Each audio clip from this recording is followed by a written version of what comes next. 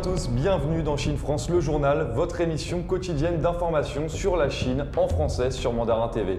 Voici les titres de l'actualité. Tension toujours entre les deux puissances mondiales. Un ministre américain à Taïwan.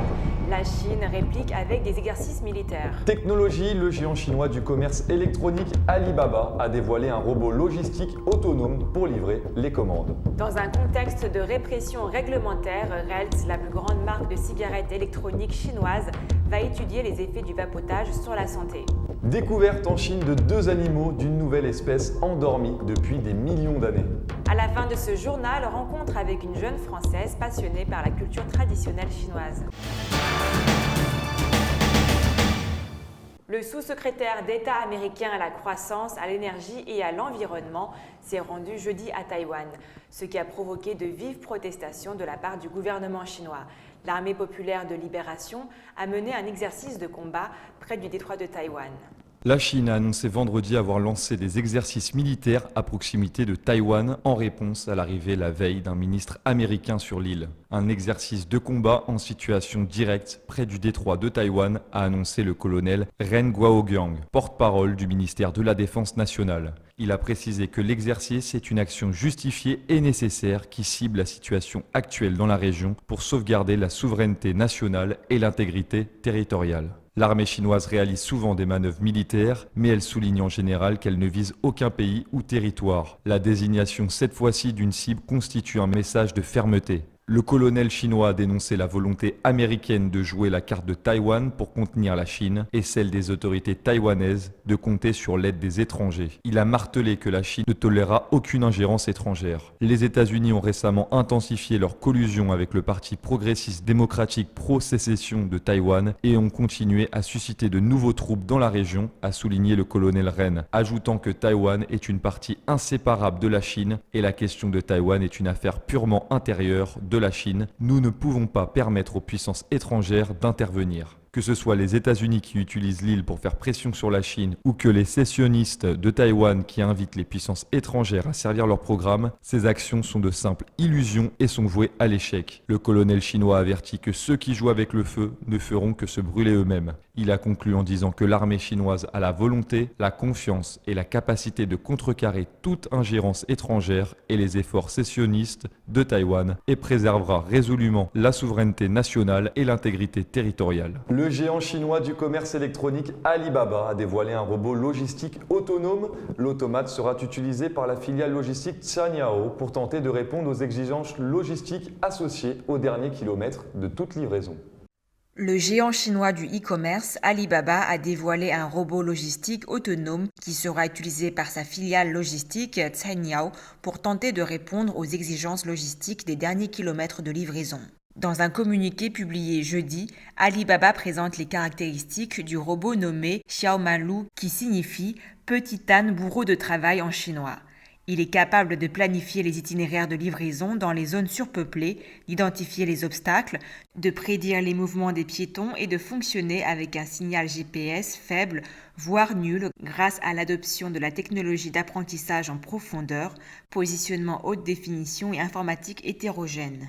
Xiaomanlu peut transporter 50 colis à la fois et parcourir près de 100 km avec une seule charge. Ces scénarios d'application se concentrent principalement sur les communautés, les campus et les zones commerciales, a déclaré Alibaba, estimant que le robot peut livrer jusqu'à 500 colis par jour. Les clients peuvent sélectionner un créneau horaire préféré pour leur livraison à l'aide des applications mobiles Cainiao ou Taobao et les colis livrés aux stations désignées sont ensuite accessibles avec un code d'accès selon le communiqué.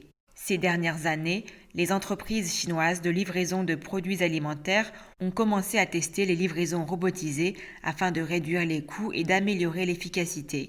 En février, Meituan a déployé une flotte de véhicules autonomes pour envoyer des commandes d'épicerie aux clients dans certaines régions de Pékin afin de réduire les contacts pendant la pandémie de Covid-19. Au cours de cette année, la Chine a interdit la vente en ligne de cigarettes électroniques sur les sites internet ainsi que sur les plateformes de vidéos courtes et de diffusion en direct. La plus grande marque de cigarettes électroniques en Chine, Relx, va étudier les effets du vapotage sur la santé dans son nouveau laboratoire de biosciences à Shenzhen.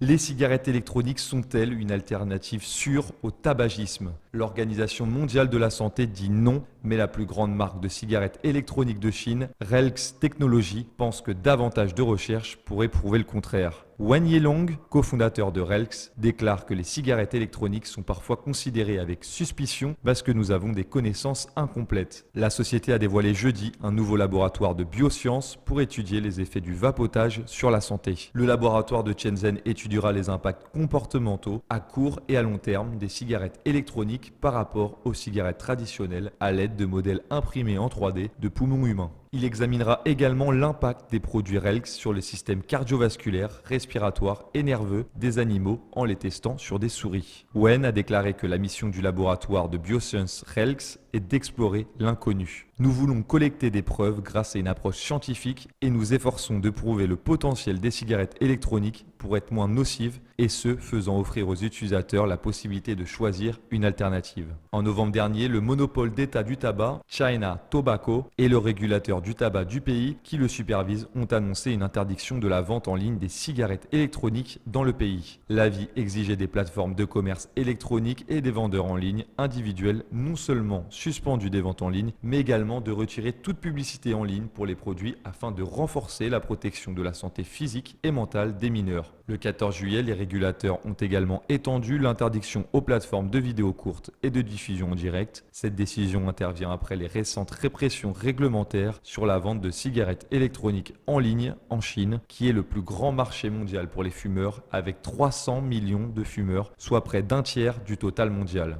Relx, basé à Pékin, fondé par l'ancienne directrice d'Uber-Chine, Kate Wang, en 2018, est le plus grand acteur au niveau national. Il représente 68,8% de la part de marché totale, a déclaré la société, citant les données de Nielsen Research en avril. En tant que produit innovant, il est inévitable que les cigarettes électroniques soient confrontées à de nombreux doutes dès le début, a déclaré Wang lors de la conférence de presse. De nombreuses caractéristiques n'ont pas reçu de réponse scientifique et c'est pourquoi nous avons décidé de passer à la science. Relx a déclaré jeudi qu'il prévoyait de s'associer à davantage d'universités et d'institutions scientifiques au cours des 10 prochaines années et d'ouvrir davantage de laboratoires pour étudier les effets à long terme du vapotage. Il collabore actuellement avec 6 universités chinoises, dont l'université Sun Yat-sen et les instituts de technologie avancée de Shenzhen, ainsi que 2 hôpitaux et 9 instituts de recherche scientifique. Dans la province chinoise du Liaoning, des paléontologues ont découvert 2 nouveaux dinosaures. L'analyse de leur corps laisse à penser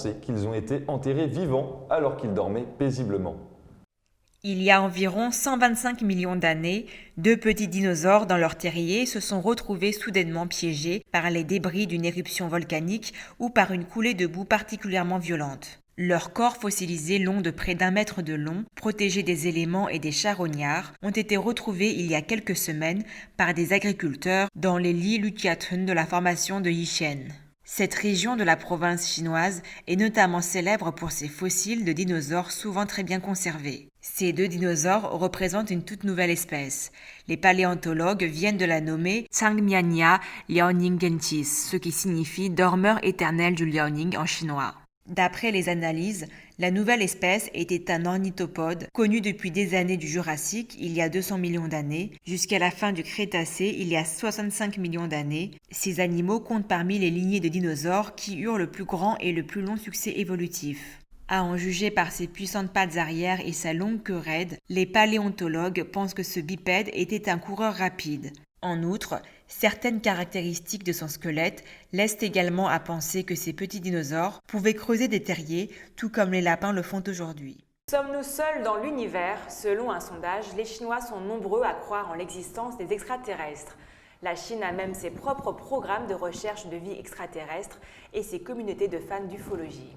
Selon un sondage de l'Institut Léger effectué en 2018, 68% des Russes croient aux extraterrestres. Ils sont talonnés de très près par les Mexicains et les Chinois. Les Danois y croiraient le moins avec 28% des sondés répondant positivement. L'intérêt des Chinois ne s'est pas démenti à en croire la récente déclaration de l'Observatoire du FAST, le 2e plus gros radiotélescope au monde achevé en 2016, de se lancer dès septembre dans la recherche active de formes d'intelligence extraterrestre. Il faut préciser que ce radiotélescope géant d'un demi-kilomètre de diamètre a été précisément construit dans cette optique. Contrairement aux nombreux commentaires des internautes chinois peu rassurés par l'idée, les scientifiques chinois comme Zhang Chongjie de l'Université normale de Pékin sont persuadés que la coopération avec les aliens permettra de sauver l'humanité dans un futur plus ou moins proche. La Chine, les États-Unis et l'Europe ont tous prévu dans leur programme d'exploration martienne un échantillonnage du sol martien dans un but précis, y trouver de la vie ou du moins des traces même passées. Ces échantillons devront revenir sur Terre dans la décennie 2030 lors d'une prochaine mission chargée de les récupérer sur Mars. Ce retour se fera par des moyens robotisés, cela se fera certainement de manière indépendante côté chinois. Selon Jim Green, le directeur scientifique de la NASA depuis 2018, l'humanité est très proche de trouver des formes de vie extraterrestres. Une découverte qui pourrait bien survenir dans les 2 années qui viennent et pour laquelle Mars semble être le meilleur prospect. Pour le scientifique, ce sera un séisme dans le monde des idées, une sorte de révolution pour laquelle l'humanité n'est pas préparée, même s'il ne s'agira très probablement que de petits organismes microbiens. Qui dit organisme microscopique dit contamination possible. Depuis les premières missions Apollo, la NASA a eu soin de mettre en quarantaine les astronautes et de stériliser les modules qui revenaient de la Lune pour finalement s'apercevoir qu'il n'y avait pas de contamination possible, la Lune n'étant habitée de nulle vie connue. En revanche, il y a un consensus sur le fait que Mars ait pu abriter, sinon abrite peut-être, des formes de vie. Le Committee on Space Research, basé à Paris, est l'organisme international chargé d'élaborer des règles de protection planétaire pour éviter les contaminations interplanétaires. Censées être appliquées depuis 1984 par les principales nations spatiales, Chine comprise, elles concernent autant les microbes extraterrestres venant sur Terre que d'éventuels organismes terriens faisant le voyage vers un autre astre susceptible d'être contaminé par nous.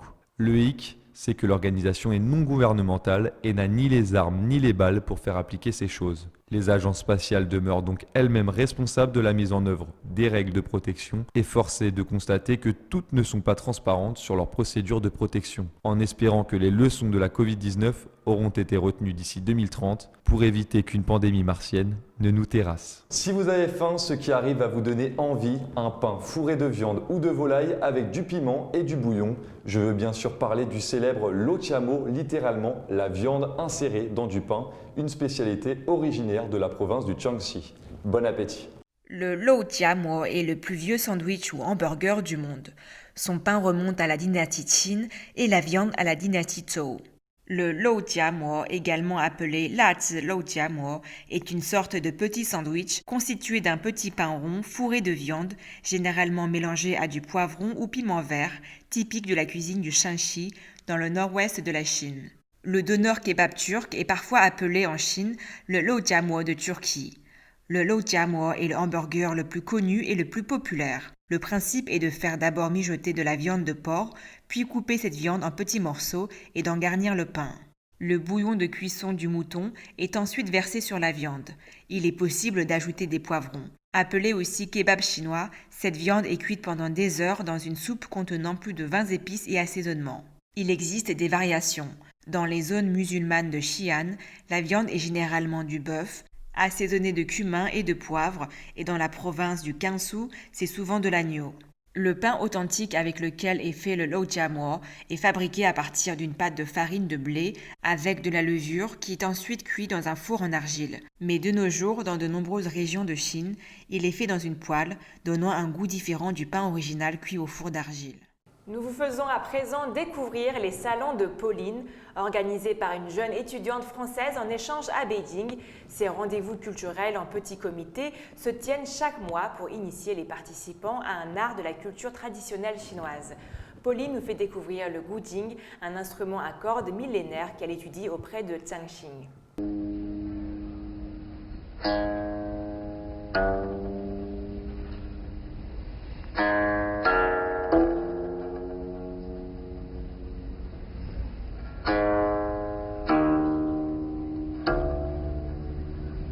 Je m'appelle Pauline, j'ai 21 ans. J'organise tous les mois les salons de Pauline. Ce sont des salons pour présenter la culture chinoise. Mon projet s'appelle Pauline de Yati, en s'inspirant de des salons des lettrés. Et donc durant ces salons, il jouait du guzheng, il faisait de la calligraphie, il peignait. Bien sûr, j'aime beaucoup le guzheng. Avec Zhang Laoshe, maintenant, ça fait quelque temps qu'il m'a qui m'enseigne cet instrument. Donc bien sûr, je sais que j'ai beaucoup de chance. Et j'aime particulièrement cet instrument parce qu'il est vraiment au cœur de la culture chinoise. Et Zhang Laoshu m'apprend toute l'histoire qui est autour du morceau. Et donc je suis contente de pouvoir le partager.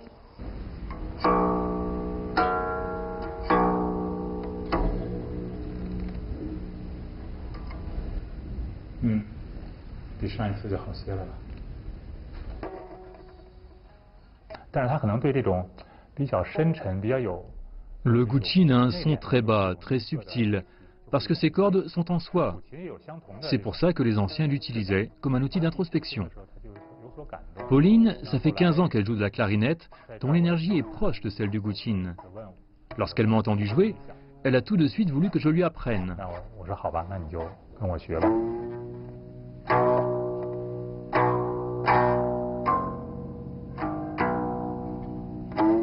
J'aime beaucoup le morceau Mei Hua. Ce sont des fleurs. Et en fait, elles inspirent beaucoup les Wenzhen. Les Wenzhen, ce sont les anciens lettrés chinois. Elles inspirent les lettrés car c'est des fleurs qui poussent en hiver.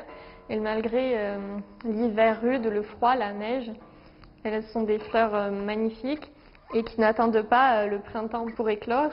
Donc ça inspire les Wenzhen qui eux aussi, en Chine on dit lignes de la force, qui ont de grandes capacités pour vivre en harmonie avec eux-mêmes, avec la nature.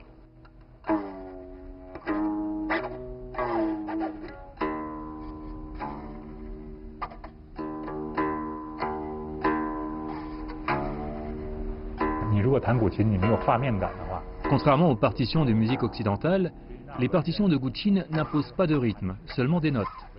Donc, chaque joueur de guqin est libre de trouver son propre rythme et de créer sa propre mélodie.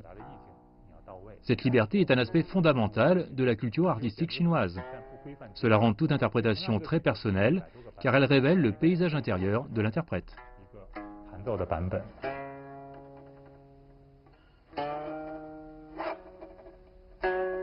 De plus en plus, je songe certains projets ambitieux, mais je pense que ce stage me donne aussi beaucoup d'opportunités.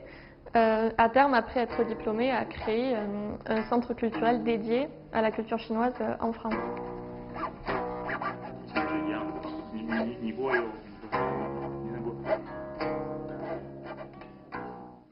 Et c'est déjà la fin de votre journal. Merci pour votre fidélité. Et pour retrouver toute l'actualité franco-chinoise, rendez-vous sur mandarintv.fr. Très belle soirée ou très belle journée sur Mandarin TV.